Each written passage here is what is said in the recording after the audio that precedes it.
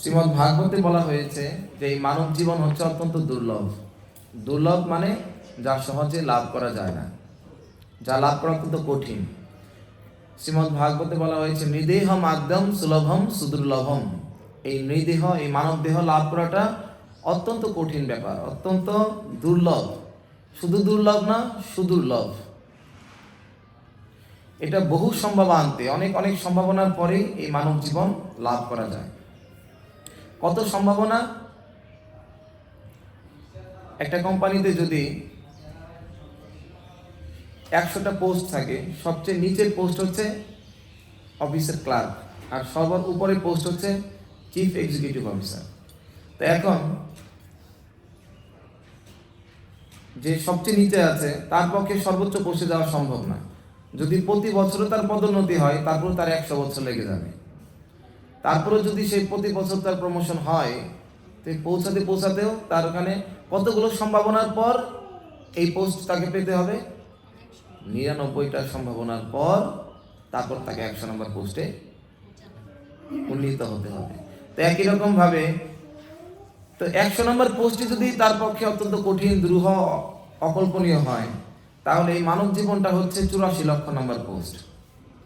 তাহলে এটা লাভ করাটা কত কষ্টসাধ্য ব্যাপার। আজকে সেই পোস্টে যদি আসীন হবার পর, সে চিফ এক্সিকিউটিভ অফিসার হওয়ার পর সে যদি আবার ক্লার্কের মতোই কাজ করে, তাহলে সেটা অসমীচীন। তার জন্য কি হবে? সেই কোম্পানির অনেক বড় ক্ষতি হয়ে যাবে, এবং সেই ক্ষতিপূরণ কাকে দিতে হবে?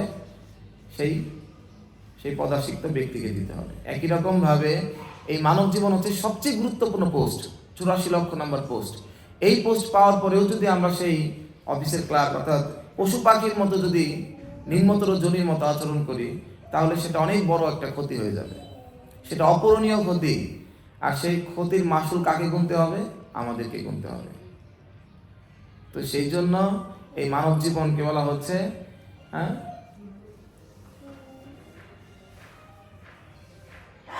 অর্থদম।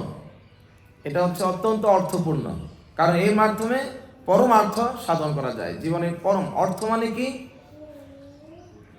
এই পৃথিবীর মানুষ স্বার্থ চর্চায় ব্যস্ত। স্ব-অর্থ, অর্থ মানে প্রয়োজন, স্ব-অর্থ আর নিজের প্রয়োজনে ব্যস্ত। একটা স্বার্থ, আর একটা কি? অর্থ, স্বার্থ, পরমার্থ।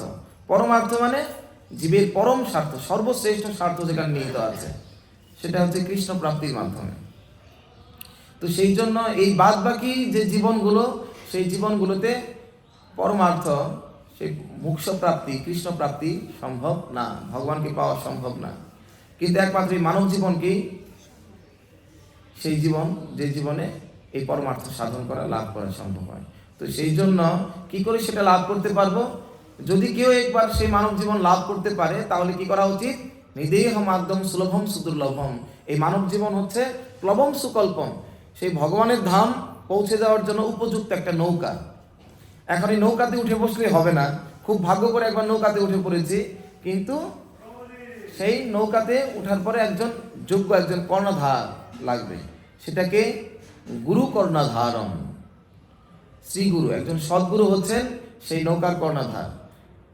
তার তত্ত্বাবধানেই সেই নৌকাটা গন্তব্যে পৌঁছাতে পারবে, অন্যথায় সেই নৌকাটা বিপদগামী হবে। তো সেই জন্য এই মানব জীবন লাভ করাটা কঠিন, অত্যন্ত কঠিন। কিন্তু তার থেকেও কঠিন কি? তত্রপি দুর্লভম মন্যে বৈকুণ্ঠ প্রিয় দর্শনম। মানব জীবন লাভ করা কঠিন, কিন্তু তার থেকে অনেক অনেক কঠিন, অনেক দুর্লভ ব্যাপার হচ্ছে এই মানব জীবন লাভ করে বৈকুণ্ঠ প্রিয় দর্শনম, অর্থাৎ বৈকুণ্ঠ প্রিয়, ভগবানের প্রিয় সদ্গুরু, একজন প্রকৃত বৈষ্ণবকে লাভ করতে পারা, তাদের দর্শন লাভ করতে পারা, এটা আরো দুর্লভ ব্যাপার। কারণ যারা বৈকুণ্ঠ প্রিয় দর্শনকে করবে, তাদের বৈকুণ্ঠ দর্শন হয়ে যাবে, তাদের বৈকুণ্ঠ মুক্তির দ্বার অপাবৃতম, তাদের মুক্তির দ্বার খুলে যাবে। তো সেই জন্য মানব জীবন 84 লক্ষ জীবন ভ্রমণ করার পর মানব জীবন পাওয়া যাবে, এর একটা নিশ্চয়তা আছে। কিন্তু এই 84 লক্ষ জন্ম ভ্রমণ করার পর বৈকুণ্ঠ প্রিয় দর্শন পাওয়া যাবে কি যাবে না, এর কোনো নিশ্চয়তা নেই, কমপ্লিটলি আনসার্টেন। তো এর জন্য যদি মানব জীবন লাভ করতে পারে, তাহলে এই সদ্গুরু লাভ করার জন্য তাকে চেষ্টা করা উচিত। আদৌ গুরু পদাশ্রয়ম, সদ্গুরুদেবকে অনুসন্ধান করা উচিত, তার শ্রীগুরু চরণে আশ্রয় গ্রহণ করার চেষ্টা করা উচিত। ওইখানে একটা ভজন লেখা হয়েছে গুরু পূজা, প্রেম ভক্তি মহাজন শ্রী নরোত্তম দাস ঠাকুর এটা রচনা করেছেন। তো এখানে লাইনগুলো অনেক মাহাত্ম্যপূর্ণ, যে কেন আমাদের জীবনে গুরু গ্রহণ করা প্রয়োজন। এই মানব জীবন অনেকেই লাভ করবে, মনুষ্যানাম সহস্রেষু কষ্টির যত সিদ্ধ, অনেক লক্ষ লক্ষ মানুষের মধ্যে থেকে দুই একজন সিদ্ধি লাভের জন্য, বরং সেই মোক্ষ প্রাপ্তির জন্য চেষ্টা করবে। যারাও বা চেষ্টা করবে, এরকম কোটি কোটি মানুষের মধ্যে দুই একজন সেই মুক্তি লাভ করতে পারবে, তাদেরকে বলে মুক্ত। আর এই কোটি কোটি মুক্তের মধ্যে থেকে একজন দুর্লভ হচ্ছে কৃষ্ণ ভক্ত, যারা ভগবত ধাম যেতে পারে। তো সেই জন্য কিভাবে আমরা এই মানব জীবনকে সার্থক করতে পারবো, আমাদের প্রকৃত গন্তব্যে পৌঁছাতে পারবো? গুরু কর্ণা ধারণ, যদি আমরা সদ্গুরুর তত্ত্বাবধানে থেকে তার দিক নির্দেশনা অনুসারে জীবনটাকে পরিচালনা করি। তো সেই জন্য এখানে বলা হয়েছে কি, শ্রী গুরু চরণ পদ্ম কেবল ভকতি সদ্ম বন্দময়ী সাবধান মতে। গুরু আমাদের জীবনে যেটা প্রয়োজন, গুরু। গুরু মানে কি? গুরু শব্দের আক্ষরিক অর্থ কি? গু শব্দ অন্ধকারস্য, রু শব্দ তন্নিরোধক, অন্ধকার নিরোধত্বা গুরু শব্দ বিধীয়তে। গু শব্দের অর্থ হচ্ছে অন্ধকার, আর রু শব্দের অর্থ নিরোধক, যে বিদুর, যিনি অন্ধকার দূর করেন, তিনি হচ্ছেন গুরু। আমরা অজ্ঞানের অন্ধকারে আমাদের জন্ম হয়েছে, সেই অজ্ঞানের অন্ধকার থেকে যিনি আমাদেরকে আলোর পথে নিয়ে যাবেন, তিনি হচ্ছেন গুরু। আমরা এখন অজ্ঞানের অন্ধকারে আছি। প্রশ্ন হতে পারে, কিসের অন্ধকার? আমরা তো আলোতেই আছি, আমরা সবকিছু দেখতে পাচ্ছি না, আমরা সমস্ত কিছু দেখতে পাচ্ছি না। যেমন যেমন দেখুন, এই ফোনটা আমি নিয়ে এসেছি, এই ফোনটা আমি রেখে যাই, আমি এসেছি মির্জাপুর থেকে, তো এই ফোনটা যদি আমি রেখে যাই, তাহলে কি হবে? এই মন্দিরের সংশ্লিষ্ট কর্তৃপক্ষ বা প্রভু বলবে, প্রভু আপনার ফোনটা নিয়ে যান। এই ফোনটা যে আমার ফোন, উনি বুঝলেন কি করে? কারণ দেখেছিলেন আমি আসার সময় ফোনটা নিয়ে এসেছিলাম, এই ব্যাগটা নিয়ে এসেছি। তো ব্যাগটা যদি আমি আবার কি করি, রেখে যাই, বলবে প্রভু আপনার ব্যাগটা নিয়ে যান। উনি বুঝলেন কি করে ব্যাগটা আমার আসার সময় উনি দেখেছিলেন আমি নিয়ে এসেছি, তাই।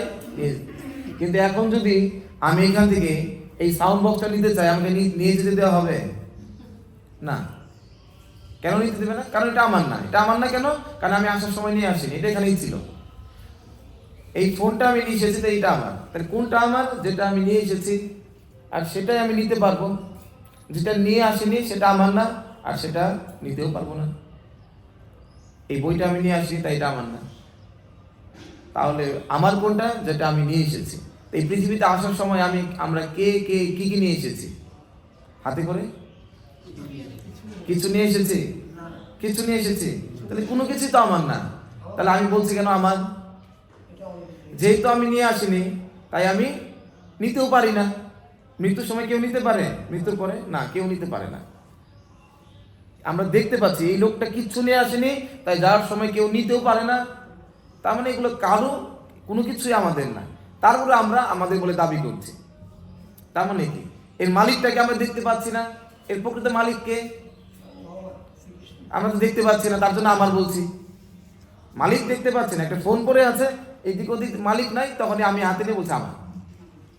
এই একই জায়গার মালিক একসময় আমার বাবা ছিল, কিছু নাকি তার ঠাকুর দাদা, তার বাবা, কতজন মালিক বলছে আমি মালিক, আমি মালিক। জায়গাটা তো একই আছে, মালিকগুলা কোথায়? তার মানে প্রকৃত মালিককে, তার মানে এগুলো আমরা কেউ মালিক না। প্রকৃত মালিককে আমরা দেখতে পাচ্ছি না, চোখ থাকার পরে মালিককে দেখতে পাচ্ছি না। আসলে ওই প্রকৃত মালিককে সূর্যের আলোতে দেখা যায় না। এই যে মালিক, এই মালিককে সূর্যের আলোতে দেখা যাবে না। এই মালিককে দেখতে যে আলো লাগে, সেটা হচ্ছে জ্ঞানাঞ্জন শলাকয়া, জ্ঞানের আলো। ঠিক আছে? সেই জ্ঞানের আলো, সেই জ্ঞানের আলোকবর্তিকাটা কার হাতে আছে? সেটা হচ্ছে শ্রী গুরুদেবের হাতে। এই যে অজ্ঞানের অন্ধকার, এই অন্ধকারের কারণে, অজ্ঞানের অন্ধকারের কারণে প্রকৃত মালিককে আমরা দেখতে পাচ্ছি না। যার জন্য আমি বলছি আমি মালিক, সে মালিক, সে মালিক। এই অন্ধকার দূর হবে সূর্যের আলোতে না, শ্রী গুরুদেব কর্তৃক প্রদত্ত যে জ্ঞানের আলো, যে চিন্ময় জগতের জ্ঞান, ওই জ্ঞান এই জগতে নিয়ে এসেছেন শ্রী গুরুদেব। এই অজ্ঞান দূর করে সেই জ্ঞানের আলোর দ্বারা। তো সেই জন্য তাকে বলে গুরু। অন্ধকার নিরুধাত্মা গুরু শব্দ বিধিয়তে। আর গুরু শব্দের আরেকটা অর্থ কি? গুরু শব্দের অর্থ হচ্ছে ভারী, খুব ওজন। এই জগতে সবচেয়ে ভারী ভার বহনকারী ব্যক্তি হচ্ছেন শ্রী গুরুদেব। এটা কি করে হয়?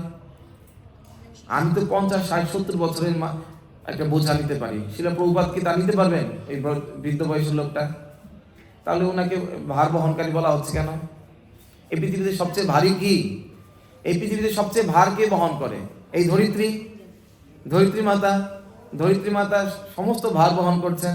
কিন্তু ধরিত্রী মাতা এক সময় ব্রহ্মার কাছে ক্রন্দন করে করে বলছেন, প্রভু জগতের সমস্ত ভার আমি সহ্য করতে পারি, কিন্তু পাপ ও ভুরি ভারে না, এই পাপ এবং পাপীদের ভার আমি বহন করতে পারি না, আমাকে এখান থেকে মুক্তি দান করুন। তার মানে জগতে সবচেয়ে ভার হচ্ছে পাপ আর পাপী, ঠিক আছে? আর গুরুদেব কিসের ভার বহন করে? শিষ্যের। শিষ্যের এই জন্মের পাপ, জন্ম জন্মান্তরে পুঞ্জীভূত পাপরাশি তিনি তার কাঁধে গ্রহণ করেন। ততব সংসারম্বধি তরম দায়তে মূলগে।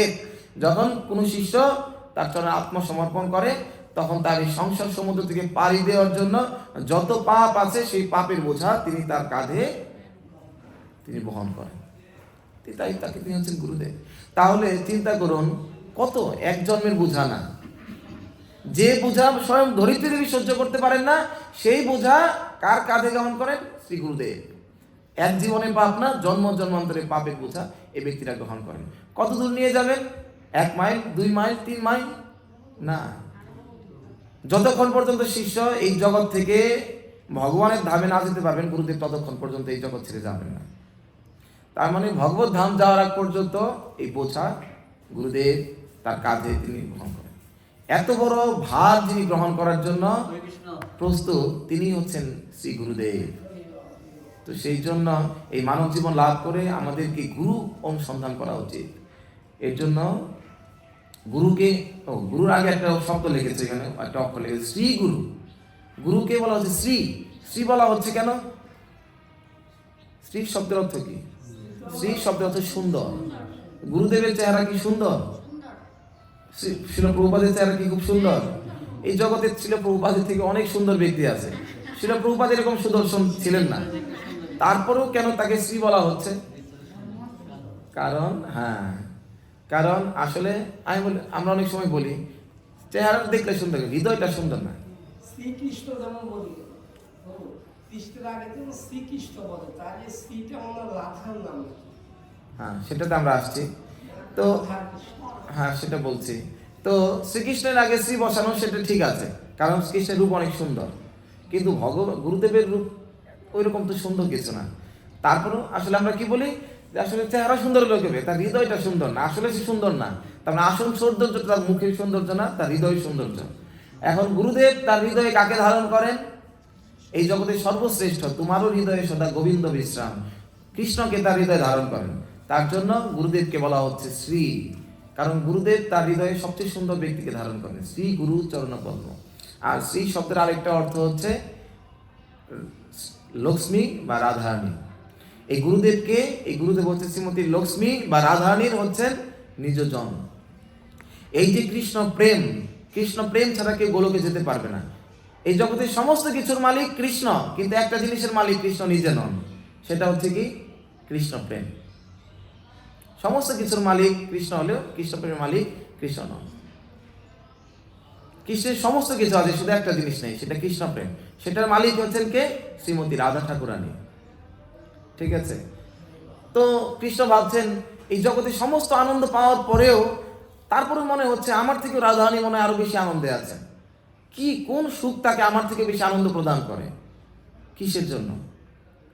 তো সেই জন্য এই কৃষ্ণ প্রেমের আনন্দ। ঠিক যেরকম একটা পদ্ম ফুলের মধ্যে মধু আছে, কিন্তু পদ্ম ফুল জানে না সেই মধুর কি স্বাদ। কে জানে? ভ্রমর জানে। যদিও উৎস পদ্ম ফুলই, কিন্তু পদ্ম ফুল জানে না, ভ্রমর জানে। সমস্ত এই অমৃতময় দুধের উৎসকে গাভী, কিন্তু গাভী জানে না দুধের কি স্বাদ। কে জানে? বাছুর জানে। ঠিক যেরকম ঝিনুকের মধ্যে মুক্তা আছে, কিন্তু ঝিনুক জানে না মুক্তার কি সৌন্দর্য, কে জানে? এই জহর জানে। তো একই রকম ভাবে আচার্যগণ ব্যাখ্যা করছেন, প্রভু যদিও পদ্মফুল সমস্ত মধুর আধার, কিন্তু পদ্মফুল জানে না ওই মধুর কি স্বাদ, ভ্রমর জানে। সমস্ত আনন্দের উৎস, আনন্দময় কি অভ্যাস, সমস্ত আনন্দের উৎস আপনি, কিন্তু আপনি জানেন না সেই কৃষ্ণ প্রেমের আনন্দের কি স্বাদ, কে জানে? ভ্রমরূপী ভক্তরা জানে, ভক্ত শ্রেষ্ঠ শ্রীমতী রাধারানী জানে। তো ঠিক যেরকম ভাবে সমস্ত সৌন্দর্যের আধার, সমগ্র সৌন্দর্যের আধার হচ্ছেন আপনি, কিন্তু ঝিনুক জানে না সেই সৌন্দর্যের কি, মুক্তার কি সৌন্দর্য, কে জানে? জোহর। এই জোহর রূপী ভক্ত জানে আপনার ওই রূপের কি মাধুর্য, আপনি জানেন না। একই রকম ভাবে বর্ণনা করছেন কি, একই রকম ভাবে বলছেন, ঠিক যেরকম গাভী সমস্ত দুধের তার শরীরে সর্বাঙ্গে আছে, কিন্তু কে জানে না ওই গাভীর স্বাদ, দুধের স্বাদ গাভী জানে না, কে জানে? বাছুর। একরকম আপনাকে ভালোবাসার কি আনন্দ, কৃষ্ণ প্রেমের কি আনন্দ, সেটা আপনি জানেন না, যদিও তার উৎস আপনি, কিন্তু কে জানে? ওই বাছুর রূপী ভক্ত জানে। তাই আপনি যতক্ষণ ভগবান রূপে থাকবেন, জগতের সমস্ত আনন্দ আস্বাদন করতে পারলেও একটা আনন্দ আপনি আস্বাদন করতে পারবেন না, সেটা কি? কৃষ্ণ প্রেম। ভগবান ভাবছেন আর এটা আস্বাদন না করতে পারলে আমি তো অপূর্ণ থাকবো, আমি স্বয়ং সম্পূর্ণ, কিন্তু এটা আনন্দ, এই আনন্দ অনুভব না করতে পারলে তা আমি অপূর্ণ থেকে যাব। তখন কি করলেন ভগবান? তৎ ভাবাঢ্য সংযোজিত, সেই ভাব তিনি হৃদয়ে ধারণ করে কি, শচী গর্ভ সিন্ধু হরি ইন্দু, শচী গর্ভ সিন্ধুতে তিনি ভগবান বলে, এই ভগবান হয়ে থাকলে যদি কৃষ্ণ প্রেমের আনন্দ লাভ না করতে পারি, তাহলে ভগবান হয়ে লাভ কি? তাহলে ভক্ত হয় ভালো। তখন ভগবান ভক্ত হয়ে আসলেন চৈতন্য মহাপ্রভু রূপে, ভক্ত রূপে এসে তিনি রাধার ভাব অঙ্গীকরি, রাধারও বরণ ধরি, রাধারানীর অঙ্গকান্তি আর ভাবটাকে দাসত্ব বরণ করে নিয়ে এসে তিনি এই কৃষ্ণ প্রেম, কৃষ্ণ সর্বপ্রথম এই কৃষ্ণ প্রেম এই কলিযুগে এসে সম্প্রতি অধুনা আস্বাদন করলেন। তার মানে কৃষ্ণও জানতেন না কৃষ্ণ প্রেমের কি স্বাদ, রাধারানী এই কৃষ্ণ প্রেমটা কৃষ্ণকেও দেন নাই। তাই কৃষ্ণ প্রেম কত দুর্লভ, আমরা বলি ব্রহ্মার দুর্লভ, সেটা বলি শিবের দুর্লভ, লক্ষ্মীর দুর্লভ, এই কৃষ্ণ প্রেম কৃষ্ণেরও দুর্লভ। কৃষ্ণ আকর্ষণী, কৃষ্ণ প্রেম কৃষ্ণকে পর্যন্ত আকর্ষণ করে, কৃষ্ণ সর্বাকর্ষক, জগতের সবাইকে আকর্ষণ করে, আর কৃষ্ণ প্রেম কৃষ্ণকে আকর্ষণ করে। কে কাকে আকর্ষণ করে? নিকৃষ্ট ব্যক্তিকে উৎকৃষ্ট বস্তু আকৃষ্ট করে, একজন লাখপতিকে কোটিপতি, কোটিপতিকে হাজার কোটিপতি আকৃষ্ট করবে, মানে উৎকৃষ্ট বস্তু ব্যক্তি নিকৃষ্ট ব্যক্তিকে আকৃষ্ট করে।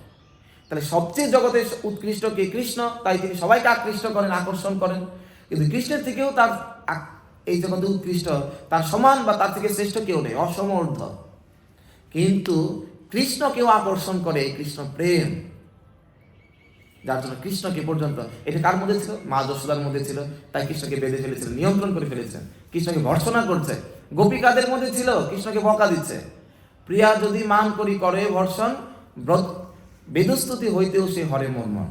গোপিকারা যখন তাকে এরকম ভর্ৎসনা করতেন, এটা শুনে কি হতো? কৃষ্ণ বলতেন, বেদের ব্রাহ্মণরা যে স্তুতি করে তার থেকেও আমার হৃদয় কি হয়ে যায়, আমার হৃদয় তার থেকেও আরো বেশি আনন্দ পায় এই গোপিকারা যখন আমাকে বকে। তার মানে কি? তার মানে কৃষ্ণ প্রেম কৃষ্ণকে আকর্ষণ করে, কৃষ্ণকে নিয়ন্ত্রণ করে। সেই কৃষ্ণ প্রেম সম্প্রতি 500 বছর আগে কৃষ্ণ প্রাপ্ত হয়েছেন, এই অনন্তকাল ধরে কৃষ্ণ প্রাপ্ত হননি। শ্রীমতী রাধারানী সর্বপ্রথম বরাদ্দ করলেন কাকে? কৃষ্ণকে। আর যখন রাধারানী চিন্তা করলেন, আমি ভাবছিলাম কাউকে দিব না, আমার একটা মাত্র সম্পদ কৃষ্ণকেই দিয়ে দিলাম, তাহলে আমার যিনি আমার পতি, আমার স্বামীকেই দিলাম, তাহলে আমার পুত্ররা কি দোষ করলো? তাহলে আমার পুত্রদেরকেও দিই। তখন সর্বপ্রথম অনর্পিত চরিম চিরাত, এই কৃষ্ণ প্রেমটা চিরকাল অনর্পিত ছিল, কিন্তু সর্বপ্রথমবারের জন্য এই কৃষ্ণ প্রেমটা শ্রীমতী রাধারানী স্যাংশন করলেন, দিয়ে দিলেন। এবং এটা দেওয়ার জন্য কাকে তিনি নির্ধারণ করলেন? চৈতন্য মহাপ্রভুকে, যে আপনি এই কৃষ্ণ প্রেম জগৎ জুড়ে বিতরণ করুন। চৈতন্য মহাপ্রভুর আজ্ঞাতে নিত্যানন্দ এটা বিতরণ করলেন, কিন্তু এটা বিতরণ সবাইকে বিতরণ করে দিন, কিন্তু চৈতন্য মহাপ্রভু সেই কাজটা, বিতরণের কাজটা কি করলেন? সারা পৃথিবী জুড়ে করলেন না, সারা ভারতের মধ্যে রইল। রাধারানী বললেন যে কি, শুধুমাত্র আমি বললাম সারা পৃথিবী জুড়ে দিন, আপনি শুধু ভারতবর্ষ জুড়ে দিলেন না, ঠিক আছে, আপনাকে দিয়ে কাজ হবে না, এটা কাকে লাগবে? আমার একজন প্রিয় ভক্ত আছে, তাকে দিয়ে আমি এই কাজটা করাবো। আর তিনি কে? তিনি হচ্ছেন শিল প্রভুপাদ। শিল প্রভুপাদকে দিয়ে, হ্যাঁ, যিনি হচ্ছেন শ্রী গুরু, রাধারানী নিজজন প্রেষ্ঠজন, তাকে দিয়ে এই কৃষ্ণ প্রেম বিতরণের সর্বশ্রেষ্ঠ কাজটা। আমার কাছে একটা 1 কোটি টাকার চেক আছে। এই 1 কোটি চেকটা নিশ্চয়ই আমি কাউকে যাকে তাকে দিয়ে পাঠাবো না, নিশ্চয়ই আমার খুব কাছের জনকে দিয়ে পাঠাবো।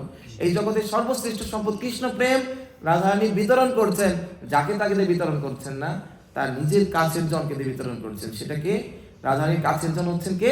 গুরুদেব, জগৎ গুরু শিল প্রভুপাদ। এই জগতে কোনো কিছু কিছু গুরু আছে একটা গ্রাম জুড়ে প্রচার করেন, কিছু গুরু আছে একটা দেশ জুড়ে প্রচার করেন, কিন্তু শিল প্রভুপাদ উনি এমন একজন গুরু সারা বিশ্ব জুড়ে প্রচার করেছেন, তাই তার নাম হচ্ছে জগৎ গুরু শিল প্রভুপাদ কি। তো উনি হচ্ছেন রাধারানীর কত প্রিয়জন। কৃষ্ণ প্রেম প্রদায়তে মহাপ্রভুকে মহাবদন অবতার বলা হচ্ছে, কারণ তিনি কৃষ্ণ প্রেম বিতরণ করেছেন কিন্তু ভারতবর্ষ জুড়ে। কিন্তু শিল প্রভুপাদ এই কৃষ্ণ প্রেম সারা বিশ্ব জুড়ে প্রদান করেছেন। শিল প্রভুপাদকে কি বলা উচিত? মহাপ্রভুকে তো মহাবদান বলা হচ্ছে। তো শিল প্রভুপাদের স্থিতি আমাদের বোঝার চেষ্টা করা উচিত। সেই জন্য শিল প্রভুপাদকে শ্রী গুরু, তিনি হচ্ছেন শ্রীমতী রাধারানী, শ্রীজি রাধারানীর তিনি নিজজন, তাই তাকে বলা হচ্ছে শ্রী গুরু। চরণ পদ্ম, তার চরণকে তুলনা করা হয়েছে পদ্মের সাথে। শিল প্রভুপাদের চরণ কি পদ্ম ফুলের মতো ছিল দেখতে? না। তাহলে কেন পদ্ম ফুলের সাথে তুলনা করা হচ্ছে? পদ্ম ফুল অনেক সফট, এর একটা বৈশিষ্ট্য। কিন্তু আরেকটা গুণ কি? পদ্ম ফুল হচ্ছে মধুর আশ্রয়। জগতে যত মধু আছে সবচেয়ে পুষ্টিকারী, সবচেয়ে দামি মধু পদ্ম ফুলে হয়। পদ্ম ফুল হচ্ছে মধুর আধার, মধুর আশ্রয়, উৎপত্তি স্থল। আর শ্রী গুরু চরণ পদ্ম, গুরুদেবের চরণ হচ্ছে কি কেবল ভকতি সদ্ম, ভকতির উৎপত্তি উদ্গম স্থল। একমাত্র ভক্তির স্থানটা হচ্ছে কি গুরুদেবের চরণ পদ্ম। এই ভক্তি হচ্ছে গোলক বৃন্দাবনের সম্পদ। গোলক বৃন্দাবন ছাড়া এই ভক্তিটা পাওয়া যাবে না। এই মর্তলোকে এই ভক্তিটা অ্যাভেলেবল নেই। কিন্তু এই মর্তলোকেও এই দুষ্প্রাপ্য বস্তুটাও এই জগতে আজকে সুলভ হয়ে গেছে। একটা জায়গায় সেটা পাওয়া যাবে। সেটা কি? কেবল ভকতি সদ্ম, গুরুদেবের চরণ পদ্ময় হচ্ছে সেই ভক্তির কেবল মানে একমাত্র স্থান। ওইখানেই শুধু ভক্তিটা আছে। গোলকে যাওয়ার যে কৃষ্ণ প্রেম ভক্তি, সেটা গুরুদেবের চরণে আছে। তো সেটা নাম হচ্ছে কেবল ভকতি সদ্ম, গুরুদেবের চরণ। আর অন্য কোথাও গেলে পাওয়া যাবে না। তাহলে পরে গুরুদেবের চরণেই সেই ব্রহ্মার দুর্লভ কৃষ্ণ প্রেমটা আছে, প্রেম ভক্তি। তাহলে আমাদের কি করা উচিত? সেই গুরুদেবের চরণ কিভাবে? বন্দময়ী সাবধান মতে সেই গুরুদেবের চরণের বন্দনা সেবা করা উচিত অত্যন্ত সাবধানতার সহিত, সাবধান। কিভাবে করা উচিত এটা আমাদের জানা উচিত। একটা আইসক্রিমকে সংরক্ষণ করার জন্য কি একটা কি লাগে? নির্দিষ্ট তাপমাত্রা লাগে, -10, 20। একই রকম অনেক ভাগ্য করেছে যে কেউ গুরুদেব লাভও করে ফেলে, সদ্গুরু লাভ করেও ফেলে, স্বাধীনতা অর্জনের থেকে রক্ষা করা কঠিন। এরকম একজন গুরুকে লাভ করার থেকেও যেরকম কঠিন ব্যাপার, কিন্তু তার থেকেও তার কৃপাটা ধারণ করে রাখাটা আরো কঠিন ব্যাপার। এখন সেই গুরুদেবকে পেয়েছি, কিন্তু তার সেই গুরুদেবকে গুরু কৃপা ধারণ করে রাখার টেম্পারেচারটা কি? কোন তাপমাত্রাতে গুরুদেবের কৃপাটা ধরে রাখতে পারবো? আইসক্রিমকে -20, কিন্তু গুরুদেবের সাবধান মতে কোন টেম্পারেচারে আমাদের গুরুদেবের কৃপাটা আমি সবসময় ধরে রাখতে পারবো? সেটা একটা মাত্র টেম্পারেচার। সেটা কি? সেটা হচ্ছে বিনম্রতা, দৈন্যতা। তার জন্য গুরুদেবকে ওইখানে চরণ পদ্ম বলা হচ্ছে। চরণ কিসের কি ইন্ডিকেট করে? বিনম্রতাকে, দাস্যতা, বিনম্রতাকে ইন্ডিকেশন করে। তার জন্য আমাদেরকে চরণে বন্দনা করতে বলছে, কারণ অর্থাৎ এটা বোঝাচ্ছে অত্যন্ত বিনম্রতার সাথে গুরুদেবের সেবা করা উচিত। কারণ যাহার প্রসাদে ভাই এ ভব তরিয়া যায়, যিনি প্রসন্ন হলেই জন্ম জন্মান্তর ধরে যে ভব সমুদ্র আমরা পাড়ি দিতে পারছি না, আর একটা মাত্র ব্যক্তি প্রসন্ন হলেই আমরা এই ভবসাগর থেকে মুক্তি লাভ করে ভগবত ধামে চলে যেতে পারবো। তার মানে জগতে কত কর্ম করেছি, জগতে কত কাজ করেছি, এত কাজের বিনিময়েও আমরা এই ভব সমুদ্র পাড়ি দিতে পারিনি, দুঃখময় সংসার পাড়ি দিতে পারিনি। আর একটা কাজ করার মাধ্যমেই, শ্রী গুরুদেবকে সন্তুষ্ট করার মাধ্যমেই আমরা এই ভব সমুদ্র পাড়ি দিয়ে যেতে পারি। তাহলে জগতের সমস্ত কাজের থেকেও সবচেয়ে গুরুত্বপূর্ণ কাজ হচ্ছে শ্রী গুরুদেবকে সন্তুষ্ট করা। তো সেই জন্য কৃষ্ণ প্রাপ্তি হয় যাহা হইতে। কৃষ্ণ প্রাপ্তি গুরুদেব সন্তুষ্ট হলেই হবে। এখন তাহলে কি করতে হবে, কিভাবে তার সেবা করতে হবে? গুরু, তার মানে কি প্রতিদিন গুরুদেবের চরণে ফুল জল দিতে হবে, গুরুদেবের চরণ পরিষ্কার করে দিতে হবে, স্নান করাতে হবে গুরুদেবকে? না। ফুল ফল আড়ম্বরে পূজা নাহি হয়। এই ফুল ফল বাতাসে এত কিছু দিয়ে গুরুদেবের পূজা হবে না। কিভাবে গুরুদেবের পূজা হবে? বাণীর সেবক যেই, সেই তো পূজা হয়। যে গুরুদেবের বাণী সেবা করবে সেই প্রকৃত সেবক, সেই গুরুদেবের প্রকৃত সেবা করছে। বাণী সেবা হচ্ছে সর্বশ্রেষ্ঠ সেবা। তাই গুরু মুখ পদ্ম বাক্য চিত্তেতে করিয়া ঐক্য। গুরুদেবের মুখ পদ্ম থেকে যে বাক্য নিঃসৃত হচ্ছে এটাই চিত্তেতে করিয়া ঐক্য। এটা হৃদয়ে ঐক্যতার সাথে সেটা ধারণ করা উচিত। ঐক্য মানে অর্থাৎ একটা শিষ্যের জন্য গুরুদেবের আদেশ হচ্ছে কি, তার জন্য লাইফ লাইন, তার জন্য অক্সিজেনের মতো। অক্সিজেন ছাড়া যেরকম মানুষ বাঁচতে পারে না, শিষ্য গুরুদেবের আদেশ পালন করা ছাড়াও একজন শিষ্য বাঁচতে পারবে না।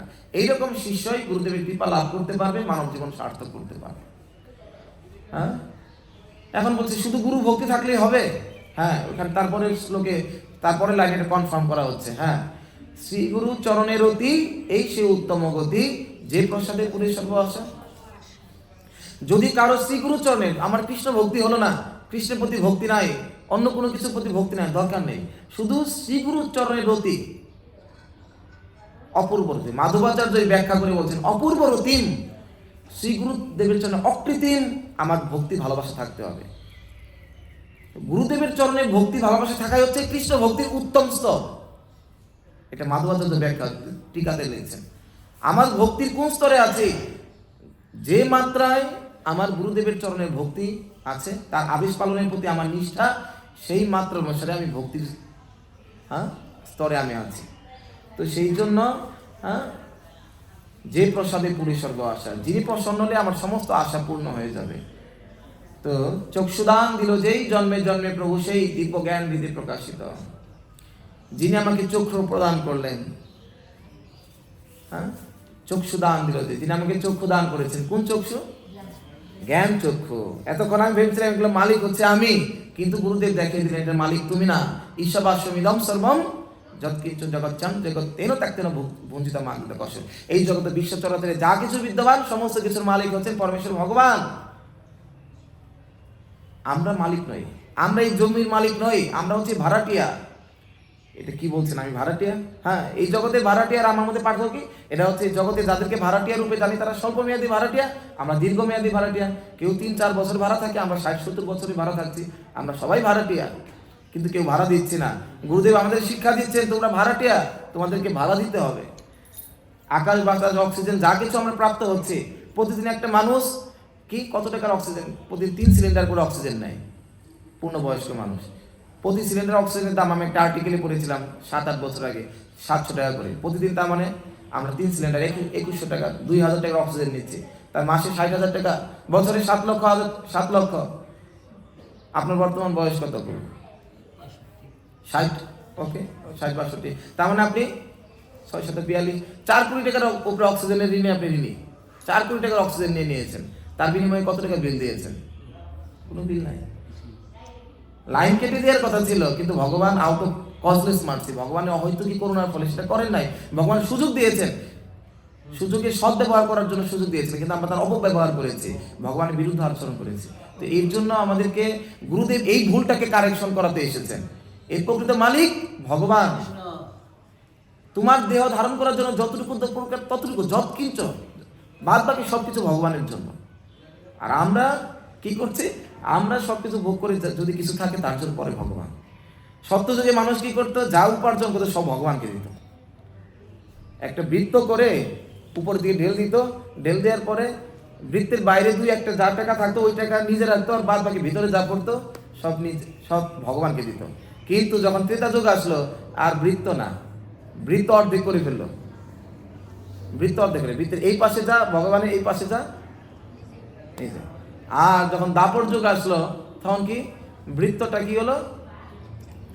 বলছে না, বৃত্তের ভেতরে যা পড়ে সব আমার, আর বাইরে যা পড়বে সব ভগবানের। কিন্তু কলিযুগে আর বলছে কোনো বৃত্ত নাই, উপর দিয়ে ঢেল দিবে, ঢেল দেওয়ার পরে নিচে যা পড়বে ভগবান, উপর থেকে ভগবান যা ধরতে পারে ভগবানের, আর নিচে যা পড়বে সব আমার। ভগবান ধরবেও না আর ভগবান কিছু পাবে না, সব কিছু আমার। তো এইরকম করুণ পরিস্থিতিতে আমরা আছি। তো ভগবান কিছু দিচ্ছি না, গুরুদেব আমাদের শিক্ষা দিচ্ছেন যে না, সব কিছু ভগবানের, যদি না দাও তাহলে তোমাকে কষ্ট ভোগ করতে হবে। তো সেই জন্য উনি আমাকে চক্ষু দান দিয়েছেন, তাই উনি আমার জন্মে জন্মে প্রভু। সে is master life after life, সে আমার জন্মে জন্মে প্রভু। দিব্য জ্ঞান হৃদয় প্রকাশিত, তিনি আমার হৃদয়ে দিব্য জ্ঞান হৃদয় প্রকাশ করেছেন। যে জীবনে দুইটা জিনিস আমাদের প্রয়োজন, এক হচ্ছে কি ভগবান ধাম যেতে হলে অবিদ্যার কারণে যেতে পারছি না।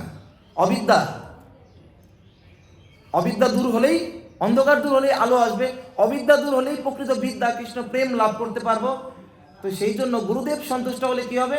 প্রেম ভক্তি যাহা হইতে অবিদ্যা বিনাশ যাতে।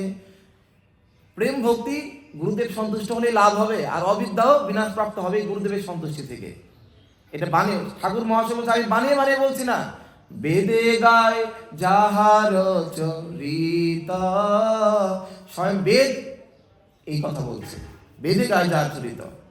সেই জন্য শ্রী গুরু করুণা সিন্ধু অধম জনার বন্ধু, এইরকম যে ব্যক্তি, তিনি কি আর সাধারণ কেউ? তিনি হচ্ছেন করুণার সিন্ধু।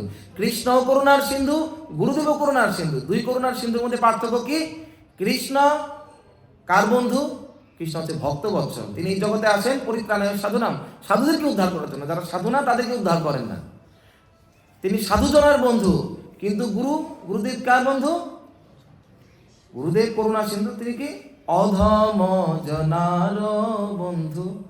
তিনি অধম জনার বন্ধু, তার মানে আমাদের বন্ধু। কৃষ্ণ এসেছেন ভক্তদেরকে উদ্ধার করার জন্য, আর গুরুদেব এসেছেন আমাদের মতো অধমদেরকে উদ্ধার করার জন্য। লোকনাথ লোকের জীবন, হাহা প্রভু কর দয়া, দেহ মোরে পদ ছায়া, এবে যশ ঘোষক ত্রিভুবন। তো এইরকম গুরুদেবকে যদি আমরা কখনো পাই, এরকম শিল প্রভুপাদ হচ্ছেন সেরকম একজন গুরুদেব। এরকম গুরুদেবকে পেলে হা প্রভু করো দয়া, দেহ মোরে পদ ছায়া, হে প্রভু আমাকে দয়া করুন, আমাকে আপনার চরণ আশ্রয় দান করুন। ব্রহ্মাণ্ড ভ্রমিতে কোনো ভাগ্যবান জীব গুরু কৃষ্ণ প্রসাদে পায় ভক্তির। কোনো ভাগ্যবান জীব ব্রহ্মাণ্ড ভ্রমণ করতে করতে আপনার মতো মহান বৈকুণ্ঠ প্রিয় দর্শন, আপনার মতো মহতের দর্শন লাভ করতে পারে। কোনো ভাগ্যের ফলে আজকে অল্প ভাগ্যে নাহি হয় বৈষ্ণবের সঙ্গ। অল্প ভাগ্যে আমরা এরকম শিল প্রভুপাদের সান্নিধ্য পেয়েছি, এই রাধারমণ মন্দিরে এসেছি, এরকম না, অনেক ভাগ্যের ফলে। তো সেই জন্য এটা বোঝার চেষ্টা করুন, শিল প্রভুপাদ কি, শিল প্রভুপাদ কে ছিলেন, এবং তার তার শিল প্রভুপাদের এই মিশন। যেই আমরা আসে প্রত্যেকেই আমাদের অজ্ঞানতা দূর করার জন্য শিল প্রভুপাদ আমাদেরকে জ্ঞানের আলো দিয়েছেন। তো সেই জন্য আপনাদের এই অজ্ঞানতার অন্ধকার, শিল প্রভুপাদের কৃপা নিয়ে হৃদয়ের অন্ধকার বিদূরিত করার চেষ্টা করুন। শিল প্রভুপাদ তিনি চলে গেছেন, কিন্তু তার অজ্ঞানতার অন্ধকারকে দূরীভূত করার জন্য তিনি অপ্রাকৃত কিছু গ্রন্থাবলী তিনি দিয়ে গেছেন। এই গ্রন্থের মধ্যে শিল প্রভুপাদ বলছেন, all of my bhakti vedanta purport are the manifestation of my devotional ecstasy. এই যে আমার এই ভিতরে যে ভক্তি বেদান্ত তাৎপর্য ব্যাখ্যা, এটা আমার দিব্য প্রেমের মহাপ্রকাশ। If anyone touch my beak, within 10 years he must become a devotee. যদি কেউ আমার এই দিব্য গ্রন্থকে স্পর্শ করে 10 বছরের মধ্যে সে ভক্তে পরিণত হয়ে যাবে। হরে কৃষ্ণ। তাহলে চিন্তা করুন, শিল প্রভুপাদ বলছে আমি এই গ্রন্থের মধ্যে চিরকাল বিরাজমান থাকবো। এই গ্রন্থ যার কাছে আছে তার মানে শিল প্রভুপাদের মতো গুরুদেব তিনি কি করছেন, তাকে দিক নির্দেশনা দিচ্ছেন। If you really want to please me then distribute my book. Srila Prabhupada বলছেন যে কি, যদি আমাকে সন্তুষ্ট করতে চাও তাহলে প্রত্যেকের কাছে এই গ্রন্থ রূপে আমাকে দিয়ে দাও। যার কাছে শিল প্রভুপাদ আছে তার কি আর কোনো, যার কাছে কৃষ্ণ সূর্য সম সূর্য আছে সেখানে কি অন্ধকার থাকতে পারে? যাহা যেথা সূর্য তাহা নাহি মায়ার প্রবেশ অধিকার। যেখানে সূর্য সেখানে অন্ধকার নাই। একই রকম ভাবে যেখানে শিল প্রভুপাদ আছে সেখানে আমাদের হৃদয়ে অজ্ঞানতার অন্ধকার থাকতে পারে না। শিল প্রভুপাদ এখনো আছেন তার গ্রন্থ রূপে। তো সেই জন্য আমি সবাইকে অনুরোধ করব, আজকে আমি what is the use of this 3 minutes lecture, আমার এই 10 মিনিট আধা ঘন্টার লেকচারে কি হবে? আপনারা শুনবেন আবার ভুলে যাবেন, কিন্তু যদি এই গ্রন্থটা আপনারা গ্রহণ করেন তাহলে পরে এটা আপনাদের কাছে সংরক্ষিত হয়ে থাকবে। আমরা বাড়িতে 10 হিজলিনেস ভক্তিপ্রেম স্বামী মহারাজ সেদিন বলছিলেন যে আমরা 1 কেজি আপেল কিনতে গেলে 250 টাকা লাগে। 1 কেজি আপেলের মধ্যে 4টা 5টা আপেল ধরে, তাই না? তাহলে এক একটা আপেলের দাম কত? 60 টাকা। এই এক একটা গ্রন্থ 30-40 টাকা করে। দুইটা মানে একটা আপেলের দামে 2টা গ্রন্থ পাওয়া যাবে। আপেলটা মূল্যবান, আপেলটা কি দিতে পারবে, কত পুষ্টি দিতে পারবে? আপেলটাই দেহের জন্য, এই গ্রন্থটা হচ্ছে আমাদের আত্মার জন্য। তো সেই জন্য যদি আপেলকেও যদি গুরুত্বপূর্ণ ভাবি, আপেলের দামে হলেও তার থেকেও কম দাম এটা। তো এই গ্রন্থগুলো আপনার সংগ্রহ করতে পারেন। এখানে খুবই এই যে পরলোকে সুগম যাত্রা, কি করে সেই পরলোকে যেতে পারি সহজ উপায় এখানে বলা আছে। মাত্র এটার ভিক্ষা মূল্য হচ্ছে 30 টাকা, শুধু প্রিন্টিং কস্ট। আর আরেকটা গ্রন্থ আছে এখানে,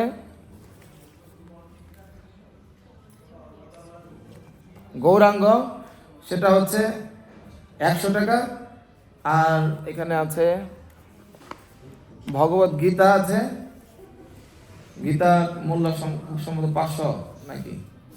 আচ্ছা, যাই হোক, তো অন্তত পক্ষে এটা আমার সিনসিয়ার হাম্বল রিকোয়েস্ট, অন্তত পক্ষে এইখান থেকে যাওয়ার আগে কিছু আপনারা নিয়ে যান, কিছু অন্তত নিয়ে যান, ঠিক আছে? আমরা অনেক অর্থ, 1 জিবি নেট ভরতে গেলে কত অর্থ নষ্ট হয়ে যায় প্রতিদিন, মানে ইউজলেস, মানে যার জন্য আমাকে যেটা মিসলিড করছে এরকম বাবদ আমরা হাজার হাজার টাকা নষ্ট করছি। কিন্তু যেটা আমাকে রাইট ট্র্যাকে, আমাদের প্রকৃত দিকে নেবে, তার জন্য আপনারা অন্তত একটা গ্রন্থ গ্রহণ করুন।